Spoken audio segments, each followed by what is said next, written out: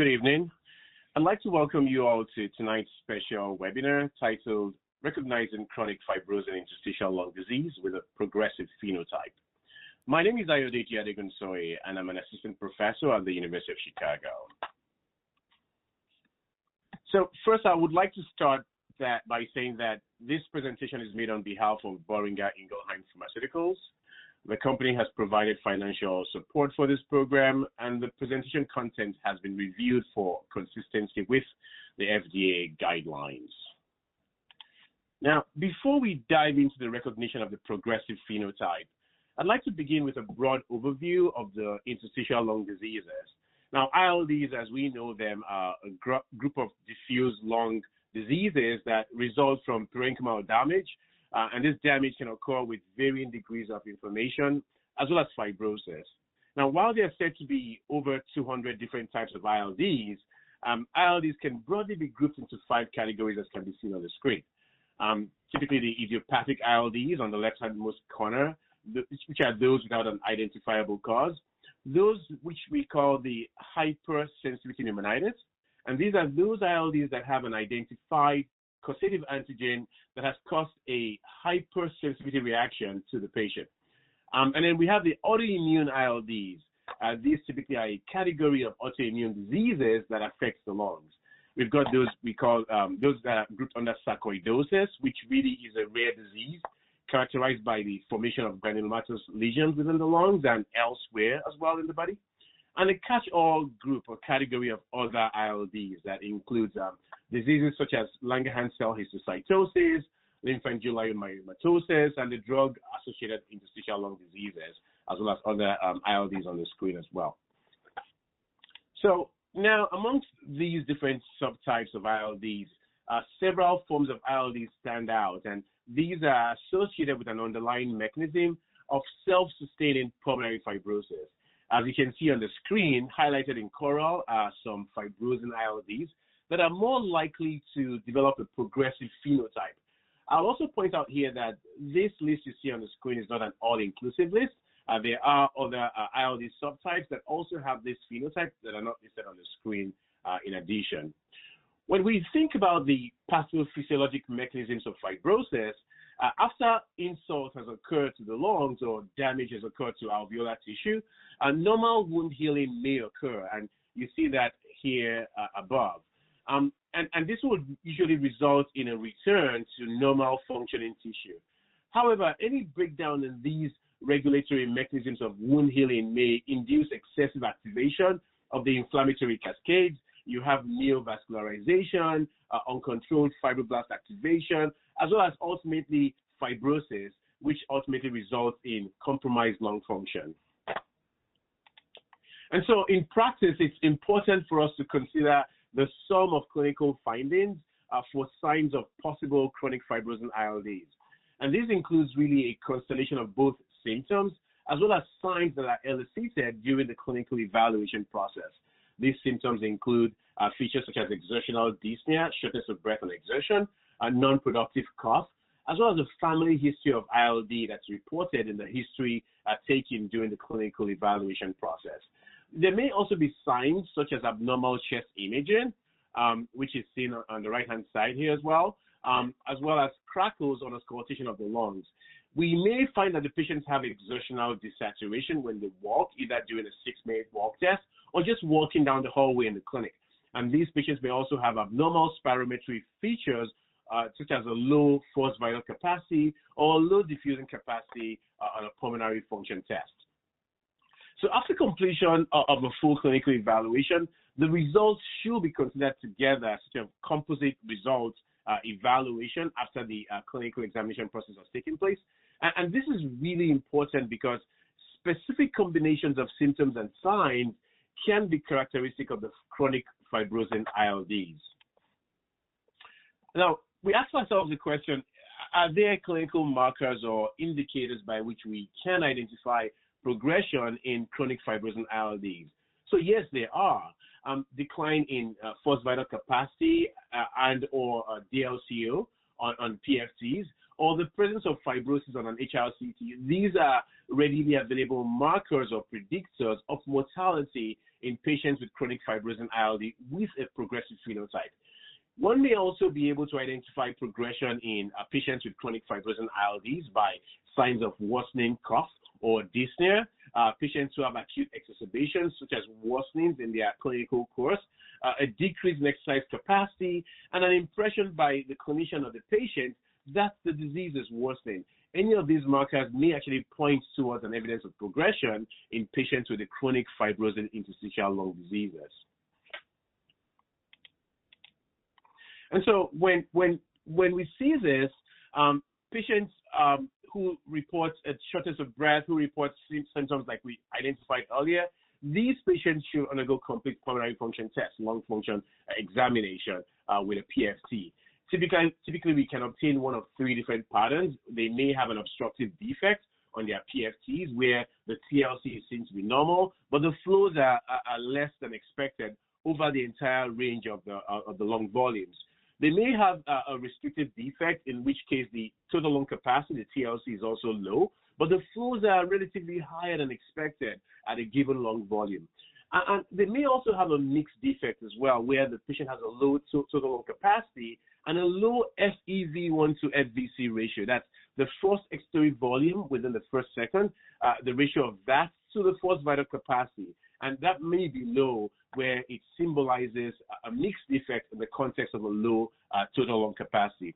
It's also very important to point out here that normal pulmonary function tests do not necessarily exclude the diagnostic possibility of interstitial lung disease, because some patients may have what we call combined pulmonary fibrosis and emphysema, the CPFE phenotype. And these patients often would have conserved spirometry without any restrictive pattern on their PFTs. Now, as PFTs permit evaluation of lung function and differentiation between an obstructive and a restrictive pattern of disease, the complete pulmonary function test should be conducted to determine the nature of the respiratory defect. As you can see from the table below, different combinations of changes in the FVC and the FEV1, as well as the DLCO, can really help us to narrow down the potential etiologies of their ILD, of their interstitial lung disease. Again, the FVC may be normal to decrease with a decreased FEV1 in an obstructive phenotype, and the ratio will typically be decreased in a setting of obstruction with a decreased DLCO. For the restrictive ILDs, you have a decrease in the FVC. The FEV1 may either be decreased, normal, or increased. And then the ratio of the FEV1 to the FVC may be normal to increase in restrictive patterns for ILDs. In these patients, typically they have a low DLCO, that's a decreased DLCO. On the contrary, for the mixed pattern of disease, the FVC may actually be normal or slightly decreased, whereas the FEV1 will be decreased, the FEV1 to FVC ratio will also be decreased, and the DLCO will be decreased. So all patterns are decreased in the mixed pattern of PFTs for these patients.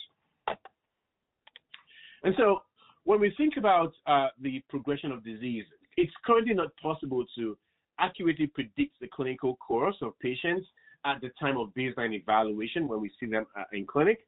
Some patients tend to have a slow disease course that's, characterized by slowly declining lung function and survival that lasts for several years. Others typically have a more rapid decline in their clinical course, and this may ultimately ensue in worse lung function or culminating in death. And they may have a rapid progression of symptoms that parallel that as well, that's paralleling the faster lung function decline. Others have a sort of intermediate course, but that course is steepled by acute episodes of worsening that may accelerate the course of disease. That's the course of their pulmonary fibrosis. Additionally, these acute exacerbations can occur at any time. They can be predicted when they will occur, and typically they worsen the course of the disease in these patients. And so that still constitutes a dilemma for us, because we can't predict who will fall into which pattern of the clinical course. So then, because we know that most of this is linked very closely to fibrosis within the lungs, how can we detect fibrosis within the lungs? How then do we detect the fibrotic pattern within the lungs? We ultimately rely on chest high-resolution CT scans, as these are more sensitive than chest X-rays, the contemporary chest X-rays, in detecting fibrosis. What I have here is a case study of a 43-year-old female to illustrate the point. On the left-hand side here, you see basal lung reticulation, or what we call lung scarring, and this can typically be observed in the chest X-rays on patients who have interstitial lung disease. But the chest high-resolution CT scan on the panel on the right-hand side reveals much more extensive disease than the X-ray suggests. We see here what we call the honeycomb pattern of cysts, as well as some evidence of reticulation and some ground glass opacities as well in the left lower lobe here for the patient with the panel on the right-hand side. So the high-resolution CT scans typically are more sensitive for detecting these abnormalities, and thus they provide us with a more useful metric to determine fibrosis within the lungs. When we take a deeper dive to look closely at the lung parenchyma, we observe certain key HRCT features that really characterize fibrosis. The panel on the left-hand side here depicts reticulation, as can be seen at the peripheral aspects of the lung field. And this really results from thickening of the interlobular or the intralobular septa and appears as several linear opacities that resemble a mesh, a kind of a mesh-like pattern or a net on high-resolution CT scans. It's important to note here that the presence of reticulation is indicative of interstitial lung disease. The panel on the right-hand side here depicts bronchiectasis, which really is irreversible dilation of the airways, the bronchi, that results from airway damage due to a variety of causes. This could be infection, it could be from airway obstruction, or frankly from fibrosis.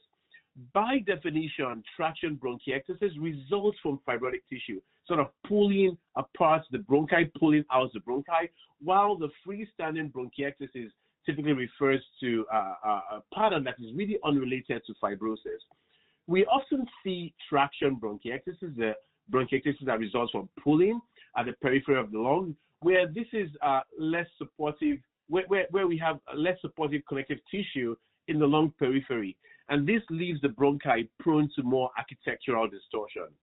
And so here, what we see is peripheral lower lobe predominant traction bronchiectasis in the setting of changes consistent with fibrosis.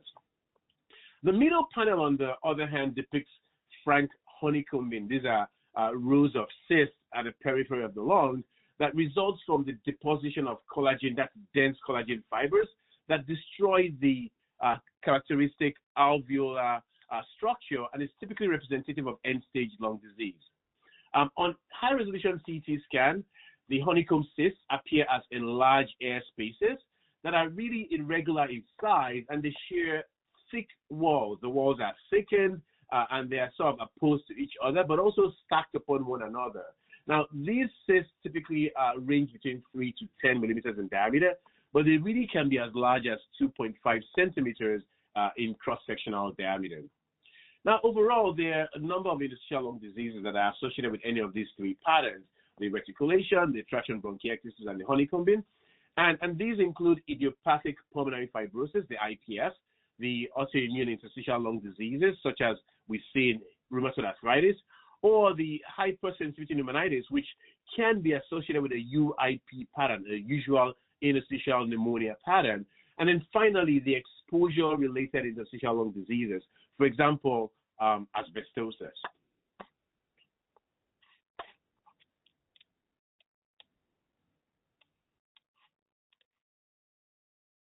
Okay, good, I have you back. So we'll now, I lost my screen for a moment, but there we go. Thank you very much. So we'll now pivot now to sort of discuss distinct examples of the chronic fibrosing interstitial lung diseases with a progressive phenotype. So we start with IPF. Now, IPF really is the most common of all the idiopathic interstitial lung diseases. HP, that's hypersensitivity pneumonitis, is attributable to a hypersensitivity lung reaction in which removal of the inciting antigen is key to the clinical course of these patients. The autoimmune diseases are due to immune-mediated damage, and monitoring for interstitial lung disease is critical for these patients because this typically would affect the quality of life of these patients and can also have an impact on outcomes as well for the patients. Sarcoidosis, on the other hand, is a granulomatous lung disease, for which the diagnosis needs histological confirmation. Actually, the sarcoidosis guidelines were just recently released by the American Thoracic Society, and it harps on the importance of biopsy for tissue diagnosis of sarcoidosis in patients with a suspected diagnosis of this interstitial lung disease. And so we need histological confirmation for that. And then we have the unclassifiable ILDs. These are those interstitial lung diseases that do not fit any other diagnostic category despite a thorough review of findings during a multidisciplinary diagnosis. Now, while these are the main categories, there are other fibrosing ILDs with a progressive phenotype. However, of importance is the observation that amongst these categories other than IPF, only a percentage of patients will experience progression with that progressive fibrosing phenotype we talked about earlier. And so talking about IPF, now IPF really is a form of chronic progressive fibrosing interstitial pneumonia for which the cause is unknown, hence the term idiopathic, right? Incidentally, although IPF is not a cancer, unfortunately, the 5-year survival rate for IPF is worse than that of breast cancer or colorectal cancer and many other cancers as well. And so really, we need to make that diagnosis early for the appropriate management to be instituted and also impact quality of life of these patients and potentially the life expectancy of these patients as well. When we talk about the demographic risk factors for IPF, the classic patients are male who have a history of smoking, either former or current smokers, and most of them are adults over the age of 60 years old of age. So these are typically thought to be the leading risk factors for patients with IPF. And so the presence of unexplained chronic exertional dyspnea, the presence of cough, either productive or non-productive, as well as bibasilar inspiratory crackles on auscultation should really heighten our suspicion for IPF in patients presenting with these symptoms, classically with these demographic details as well.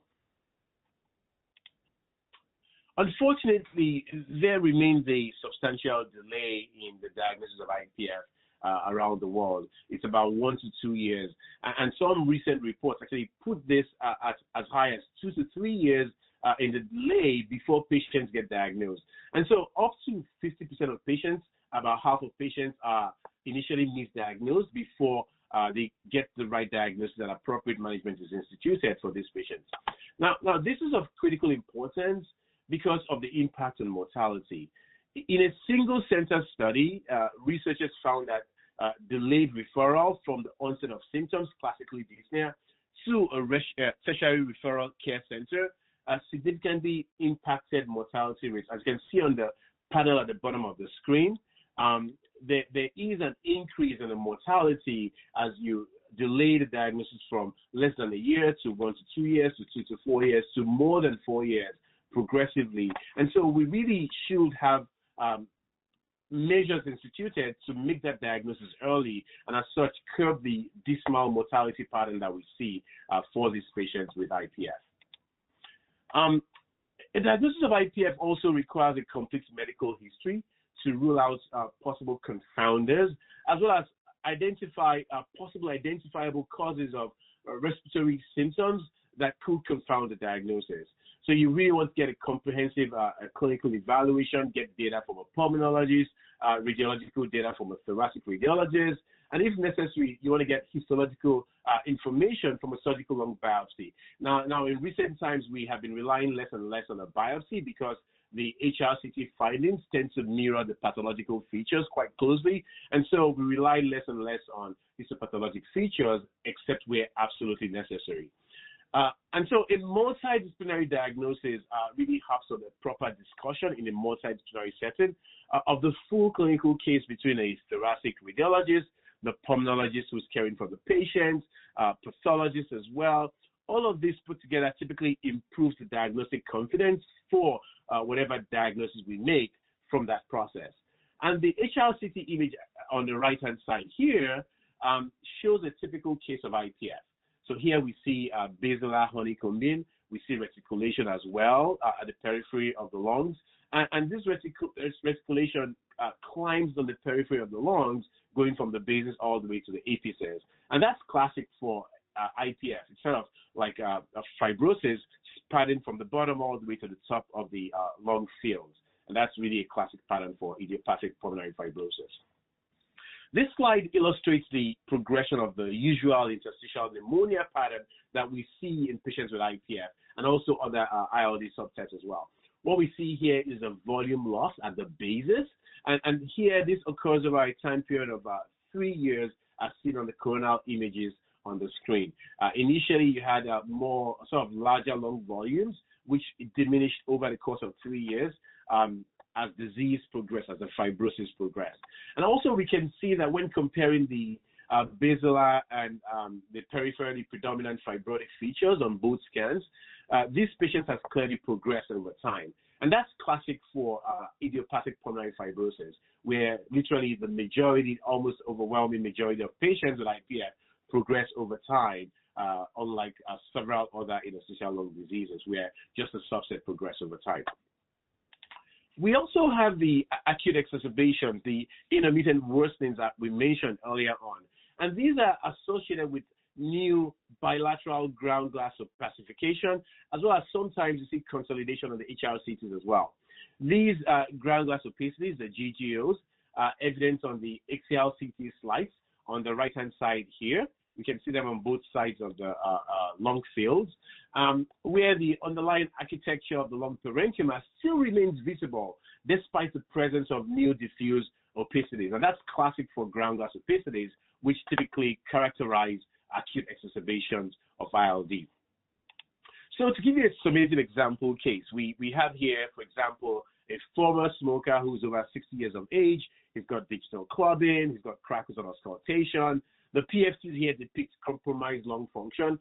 On the high-resolution CT scan, what we observe here, widespread lower lobe reticulation pattern. We also see evidence of honeycombing, the cysts that we talked about earlier on, bilaterally. And we also notice that he's got traction bronchiectasis, which really is consistent with the usual interstitial pneumonia pattern, a UIP pattern. If histopathology were to be gotten for this patient, biopsy was not taken, but if we took it, it will show exactly the same features we're seeing. And as such, we would not need this biopsy because current guidelines recommend not doing that because the high-resolution CT scan mirrors what we see on the biopsy for these patients.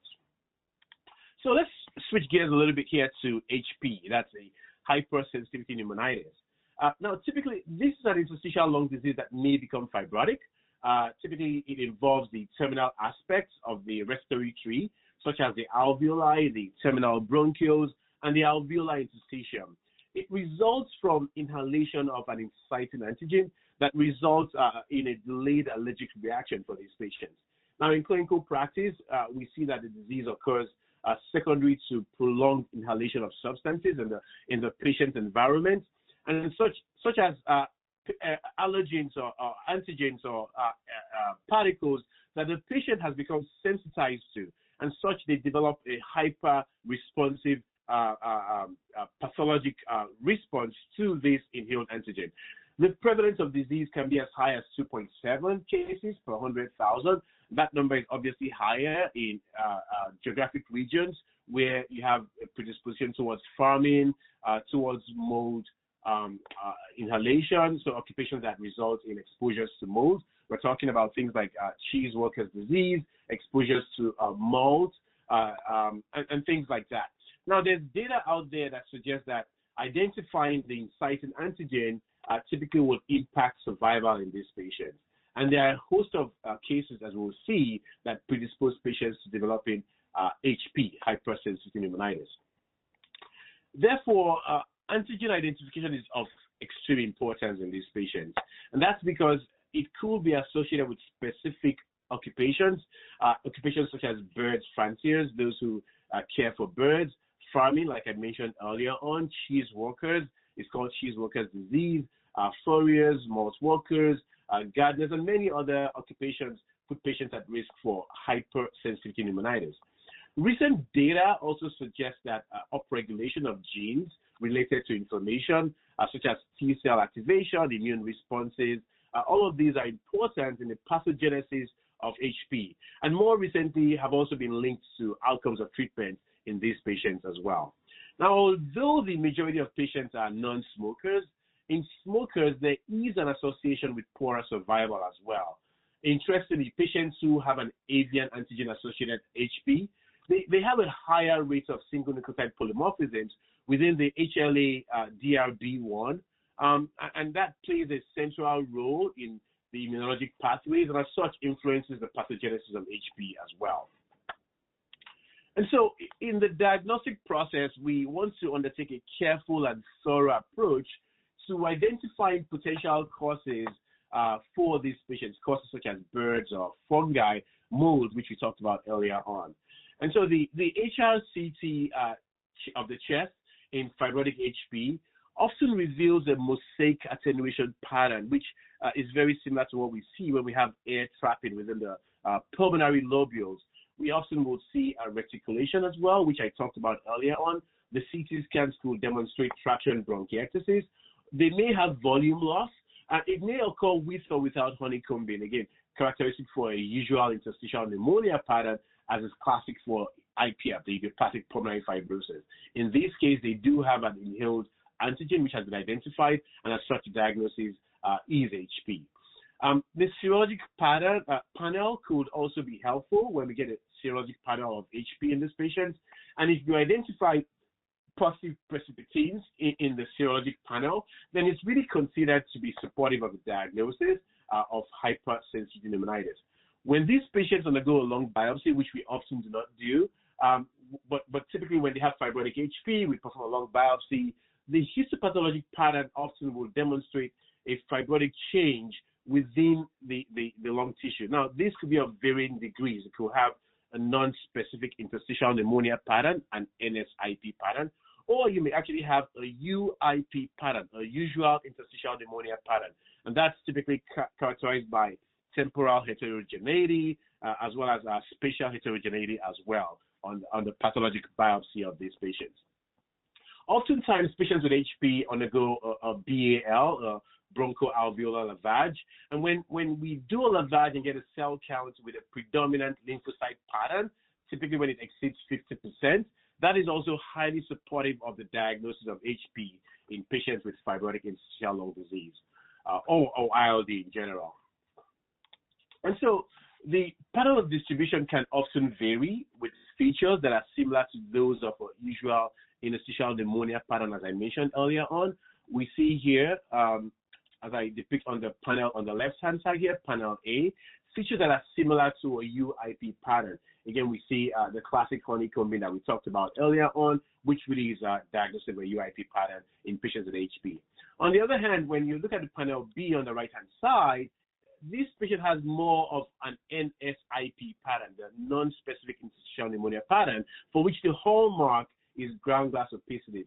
Typically, this occurs with some subpleural sparing, a thin ring just below the chest wall where there isn't really any involvement of the ground glass, and that is classic for an NSIP pattern, which is seen oftentimes in HP as well. So to present you here again with a summative example for HP, this is, for example, a 25-year-old sugar mill worker who's got a 25-pack year smoking history in a sugar mill worker who quit smoking 2 years ago, has a serology that's positive for immunoprecipitins with an immunoglobulin panel that's positive. The PFTs here show a compromised lung function. The high-resolution CT scan on the right-hand side of the screen also clearly demonstrates air trapping, some reticulation, as well as ground glass opacities, as can be seen on the expiratory images. If we were to get a histopathology for this patient, we will see poorly formed granulomas, which are typically bronchiolocentric in the distribution pattern, with a usual interstitial pneumonia pattern we talked about earlier on, that is typically based on an inflammatory or cellular infiltrate within the lung parenchyma with widened interstitial spaces. And that's what we really see here on the histopathology of this patient on the right-hand side of your screen. And so ILDs in general are common amongst autoimmune diseases as well. The autoimmune disorders in the chart on the screen are commonly used in the diagnosis of ILD when they have symptoms that are in keeping with ILD. Again, autoimmune disorders have a risk of developing chronic fibrosing ILDs with a progressive phenotype, and not just ILDs with the broad overall. Serologic markers are commonly used to diagnose autoimmune disorders in clinical practice, and some of these tests, as you can see on the table here, are listed in the chart by disease. These markers are often taken in the context of their underlying rheumatologic disease, that's the autoimmune disease in question, and they're taken in context also with the prevailing clinical signs and symptoms that we find on rheumatologic examination to arrive at the right diagnosis for these patients. And so, in addition to the serology that we talked about earlier, common signs of autoimmune ILD are crackles or saltatory crackles. They may have a non-specific interstitial pneumonia pattern, an NSIP pattern, on a UIP or a UIP pattern on their high-resolution CT scan, chest HRCT. So we take all of this into context together to make that diagnosis of autoimmune-related interstitial lung disease. In general, the proposed workup for these patients with autoimmune disorders, for patients who are at risk of developing ILDs, is to determine if they have any evidence at all for ILD on their HRCT. If they do have that, so if yes, they have evidence for ILD at HRCT, then want to follow up with additional testing.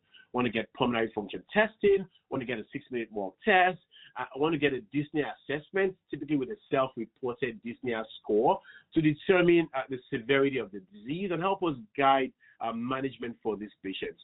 If, on the other hand, they have no evidence of ILD, no fibrosis on their HRCT, they don't have ground glass opacities, nothing at all on the CT scan that suggests ILD, then we want to just monitor their pulmonary function tests regularly because they are at an increased risk of developing interstitial lung disease on the long run for these patients with autoimmune diseases. So again here, as we saw here for HP, for patients who have autoimmune diseases, when we are evaluating the chest CT scans, either an NSIP pattern on the panel on the left-hand side or a UIP pattern on the panel on the right-hand side can be observed in these patients with autoimmune disease. And again, when we look at these patients, it typically is helpful for us to guide therapy, to help with prognostication, and also intervene in ways that might impact their quality of life. So to present you with a summative example for autoimmune disease, we have here a typical patient who might really be a 45-year-old female, for example, with a history of Raynaud's phenomenon. Their serologies show a positive SCL70, which might indicate systemic sclerosis or scleroderma. The PFTs here show a restrictive pattern, compromised lung function with diminished FVC, perceived FEV1 to FVC ratio. The TLC is really diminished, and the DLC is also diminished out of keeping with the other lung function metrics as well. And the HRCT on the right-hand panel shows reticulation. We see some traction bronchiectasis as well, in addition to the reticulation. And we also notice honeycombing as well, which really is indicative of a UIP pattern in this patient on the screen. And so we switch gears a little bit to another disease. So how about sarcoidosis? Now, sarcoidosis really is a multi-systemic disease that predominantly affects the lungs and the lymph nodes. It appears to cluster within families, which perhaps might imply a genetic predisposition. That is still unclear. And a large proportion of patients with sarcoidosis, up to 20% of them, develop fibrosis. That's pulmonary fibrosis. And so again here to present you with a summative example for sarcoidosis, we might, for example, have a 35-year-old male with a history of GERD, that's gastroesophageal reflux disease. They may have hypertension. The serologies might actually show you an SSB positivity. And the PFTs, as you can see on the screen, depicts diminished or compromised lung function. You have some diminution in the FVC, the FEV1 to the FVC ratio is actually preserved, but the TLC is diminished, and so is the DLCO as well, mildly diminished. And so when we look at the HRCT on this patient, we notice that there is some upper lung reticulation. For this patient who was diagnosed with sarcoidosis, she got a pathology. He got a histopathologic specimen from a lung biopsy.